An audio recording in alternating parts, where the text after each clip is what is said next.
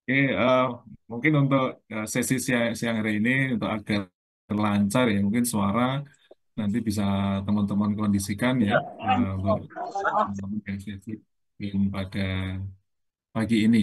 Oke, terima kasih tadi sudah disampaikan tema hari ini. Mungkin waktu juga terbatas ya terkait dengan sesi hari ini. Jadi sifatnya saya sharing saja terkait dengan sesi yang nanti akan kita diskusikan bersama. Nah, saya Galuh, teman-teman, rekan-rekan. Jadi saya dari pengelola Desa Wisata Tinalah sekaligus juga pendamping di UKM. Dan tentunya ini menjadi salah satu kesempatan saya bisa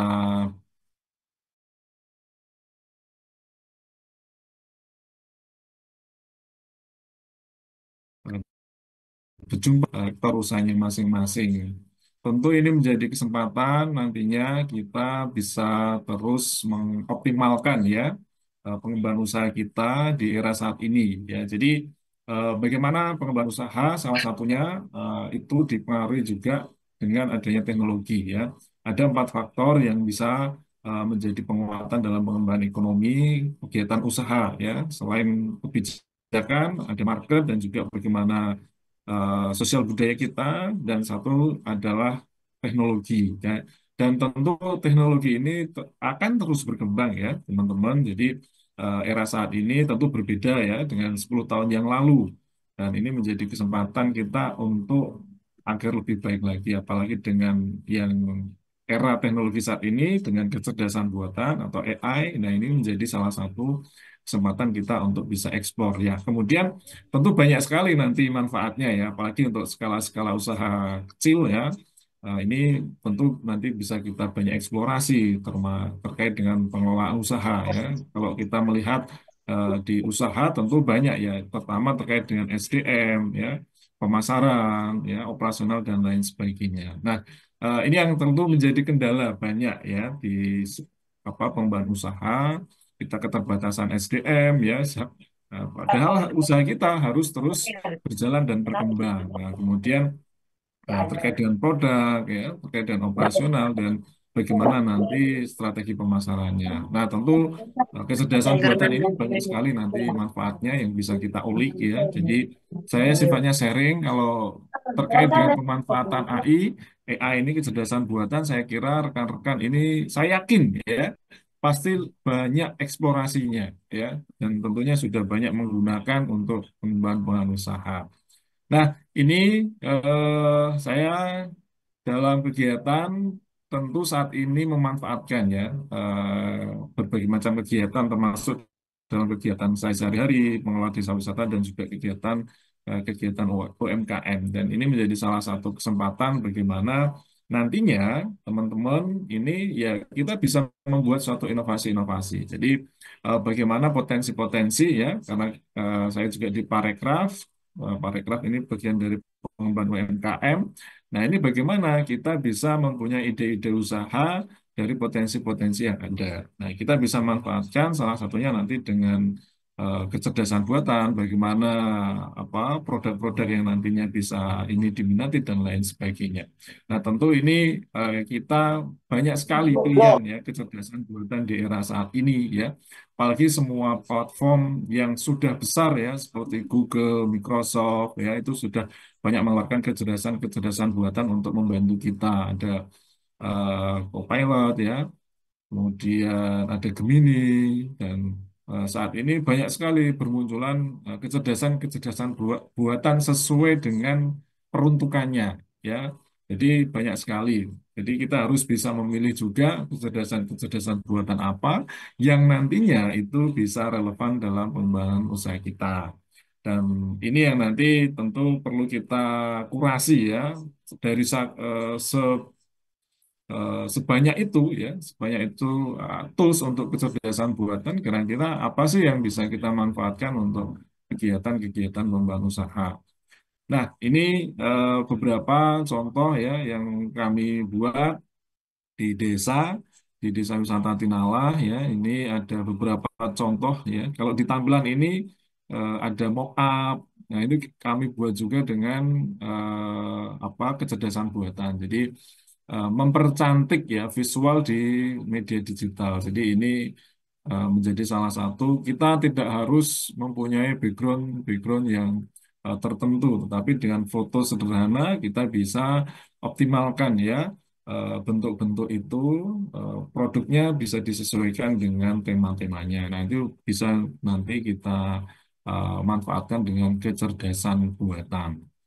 Nah, kemudian menjadi tantangan ya, karena kita sudah era di kecerdasan buatan. Jadi hal-hal yang menurut kita ini mungkin tidak ada manfaatnya. Nah, kira-kira kita bisa optimalkan tidak? Nah, ini nanti bisa kita juga eh, apa berkomunikasi dengan kecerdasan buatan ya. Kita seolah-olah mempunyai asisten juga ya. Karena banyak sekali juga kecerdasan buatan yang bisa kita manfaatkan sebagai asisten kita ya dalam pengembangan usaha. Nah, ini contoh-contoh sederhana bagaimana potensi lingkungan bisa menjadi suatu produk yang nanti juga bisa dijadikan sebagai kegiatan pariwisata dan pengembangan ekonomi kreatif. Dan ini menjadi upaya ya bagaimana masyarakat desa ini kita memang dituntut harus punya budaya kreatif ya di era saat ini. Jadi mau tidak mau kita itu usaha ini tidak hanya untuk usaha kita sendiri, tapi bagaimana bisa memberdayakan ya sekaligus dengan pemberdayaan ini kita bisa meningkatkan ya upskilling dari lokal komunitas kita ya. Dalam hal ini ya kalau secara administrasi desa ya saya di desa wisata atau komunitas-komunitas yang sesuai dengan sektoralnya ya. Tentu ini menjadi kesempatan buat kita semuanya untuk nantinya bisa terus memanfaatkan potensi yang ada. Nah, tantangannya adalah bagaimana potensi-potensi yang ada di desa. Kalau di tempat saya, ya, mungkin teman-teman juga punya banyak produk, ya, baik itu produk secara fisik maupun juga nanti berupa jasa dan lain sebagainya. Kalau di Parekraf ini memang dua-duanya ada ya, secara jasa, ya, secara produk juga ada. Jadi kami memanfaatkan kecerdasan buatan ini salah satunya untuk pengembangan optimalisasi dari SOP ya, kemudian dari apa wawasan kita, kemudian dari pemasaran, kemudian ide-ide pengembangan ke depannya seperti apa. Nah, ini yang kami lakukan di Desa Wisata Tinalah, bagaimana pemanfaatan ini harus tepat guna gitu ya, teman-teman. Jadi suatu teknologi itu harus tepat guna ya. Kadang kita apa, oh ini teknologinya canggih ya, tapi tidak kita bisa manfaatkan secara optimal. Nah, kita harus bisa mengkurasi dari sekian banyak teknologi gitu ya, sehingga teknologi apa yang kiranya cocok dengan kita dan bisa membantu usaha kita itu dalam pengembangan ke depan. Nah, ini menjadi tantangan ya karena kita sudah hidup di era kecerdasan buatan gitu. Jadi kalau kita tidak manfaatkan itu dengan sebaik-baiknya ya ini akan menjadi sesuatu yang merugi ya bagi kita. Jadi bisa dikatakan ya kita itu nanti akan tidak ya sebenarnya teknologi tidak akan apa menggantikan kita secara menyeluruh ya, tetapi kita bisa tertinggal dengan orang-orang ya yang dalam mengembangkan usaha itu menggunakan teknologi ya. Jadi teknologi tidak sepenuhnya menggantikan apa kita semuanya, tapi kita akan ketinggalan malahan dengan orang-orang yang dibantu dengan teknologi. Jadi sebisa mungkin ya kita harus upgrade ya, upskilling secara berkala ya, kemampuan-kemampuan apa yang harus kita miliki di era saat ini, termasuk tadi bagaimana memanfaatkan kecerdasan buatan. Jadi AI ini bagian dari digitalisasi ya kalau dalam pengembangan parikraf dan juga apa bagaimana teman-teman UMKM. Tapi yang paling penting adalah literasi kita ya. Jadi pemanfaatan AI ini hanya sebagian dalam apa ya mendorong ya digitalisasi parekraf. Saya yakin teman-teman di sini sudah memanfaatkan ini ya. Tapi yang paling penting adalah poin nomor satu ini ya teman-teman kita harus terus belajar ya.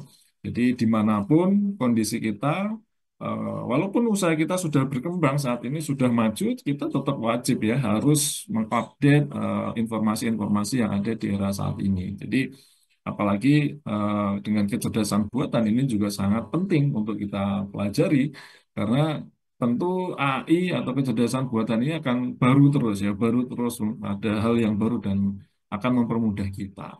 Nah, ini jadi kesempatan kita nantinya bisa untuk mengoptimalkan ini. Ya, kami yang lakukan juga ya. Jadi sebelum dengan adanya kecerdasan buatan ya tentu kita apa berkinerja di pengelolaan usaha ini tentu effortnya luar biasa.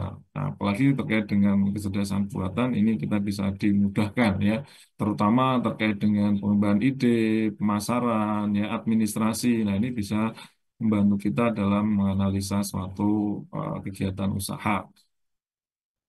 Nah, saya kira teman-teman sudah sangat memahami ya kecerdasan buatan yang menjadi bahasan kita di hari ini ya. Jadi kecerdasan buatan ini memang menjadi perkembangan teknologi ya dari waktu ke waktu ya. Jadi nanti pasti akan lebih canggih lagi ya teman-teman. Tetapi adalah bagaimana kecerdasan buatan ini ya kita bisa menganalisa data ya, mengetahui rekomendasi-rekomendasi yang itu nanti bisa kita masukkan data dan lain sebagainya. Nah, ini bisa menjadikan kita untuk lebih siap lagi. Kira-kira dalam pengembangan usaha nanti akan seperti apa. Nah, ini menjadi kesempatan buat teman-teman sekaligus saya dan juga teman-teman di desa untuk terus nantinya bisa mengoptimalkan. Nah, saya akan share aja beberapa yang sering saya pakai ya dalam pemanfaatan kecerdasan buatan, terutama di era saat ini ya. Saya yakin teman-teman pasti sudah banyak atau mencoba ya berbagai macam kecerdasan buatan untuk pengembangan usaha. Tapi ini yang sering saya pakai ya teman-teman. Kalau di kecerdasan buatan ada bahas apa kecerdasan untuk language model, ya desain, video dan lain sebagainya. Nah, ini menjadi salah satu apa yang sering saya gunakan ya. Jadi banyak sekali ke aplikasi-aplikasi kecerdasan buatan yang bisa kita pakai sesuai dengan peruntukannya. Tetapi saya kira ini sudah sangat cukup nantinya untuk apa kita bisa mengoptimalkan menganalisa pengembangan usaha. Nah, saya sering pakai ini ya teman-teman ChatGPT. Jadi ini menjadi salah satu asisten saya ya. Jadi memang keterbatasan di usaha UMKM itu adalah kita memiliki tim ya yang apa multitasking. Jadi ini saya sangat terbantu sekali dengan adanya ChatGPT ini, termasuk dalam pengembangan dan pola kerjasama. Nah, ini saya manfaatkan untuk pengembangan usaha yang ada di Desa Wisata Tinalan. Nah, ini secara tampilan saya kira teman-teman juga sudah banyak ya memanfaatkan tools ini, tapi adalah yang paling penting ini ya teman-teman. Nah, karena di desa wisata banyak sekali kegiatan-kegiatan ya yang kami lakukan, termasuk dalam pengembangan-pengembangan secara general ya. Jadi ini bisa untuk menjadi referensi kita ya tetap apa data yang nanti bisa dimasukkan di ChatGPT ini sehingga kita bisa memanfaatkan itu untuk pengembangan rumah. Secara umum bisa berbagai macam ya teman-teman untuk wawancara, untuk tutor kita, untuk pengembangan naskah, brainstorm ide ya, untuk belajar bahasa dan lain sebagainya ya. Ini bisa menjadi simulasi kalau di desa wisata ada kepemanduan ya. Nah, jadi bagaimana ChatGPT ini bisa kita simulasikan dengan wisatawan ya. Apa yang nanti bisa terjadi dalam sesi kepemanduan nanti kita bisa belajar menjadi asisten kita nanti belajar pakai bahasa apa. Nah, ini bisa untuk menjadi salah satu upaya kita dalam meningkatkan kapasitas tadi ya. Jadi ini bisa untuk asisten kita. Lalu apa yang sering saya lakukan ya untuk pengembangan? Nah, ini pengembangan ide jelas ya. Jadi saya selalu brainstorm ya ide-ide apa yang nanti bisa dioptimalkan dari satu produk ya. Misalkan dalam kegiatan eh, pariwisata ya ada salah satunya kegiatan camping. Nah, camping ini bisa dikembangkan menjadi ide apa saja ya. Misalkan ada Wingko ya, Wingko. Nah, ini nanti usahanya bisa seperti apa saja ya.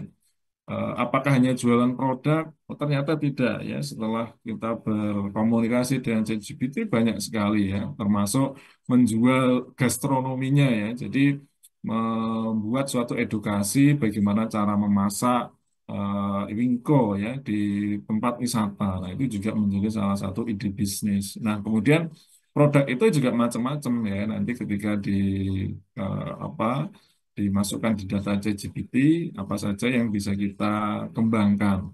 Kemudian menjadi konten marketing, ya, asisten konten marketing. Ini sangat membantu, sangat banyak sekali dipakai ya. Apalagi kita itu hidup di era konten ya teman-teman. Jadi kita harus wajib ya menurut saya memproduksi konten ya. Selain memproduksi produk usaha kita, kita wajib memproduksi konten ya. Tapi kadang kita tidak punya waktu dan lain sebagainya, tidak punya ide dan lain sebagainya. Nah, ini jadi hal-hal yang menjadi kendala di usaha kita. Tapi ya dengan adanya ini, ChatGPT ini kita bisa diberikan berbagai macam ide ya untuk pengembangan. Kemudian untuk pembuatan proposal ya, proposal bisa macam-macam ya, proposal pendanaan ya dan lain sebagainya, proposal untuk kerjasama. Beberapa kali setelah ChatGPT muncul ini saya pakai ya untuk pembuatan proposal, termasuk proposal-proposal kedinasan dan juga proposal-proposal CSR ya. Kemarin terakhir saya menyusun proposal CSR dan donasi ya. Jadi alhamdulillah kemarin 2024 cair ya proposal dari Bank Indonesia dan juga proposal terkait dengan kegiatan donasi pengembangan musola. Jadi semua ide itu saya tuangkan di ChatGPT, kemudian saya minta dari proposalnya, dari ide pesannya ya. Karena kalau donasi itu kan kita harus banyak menyebarkan informasi ya, kampanyenya seperti apa. Nah, itu kita manfaatkan ya.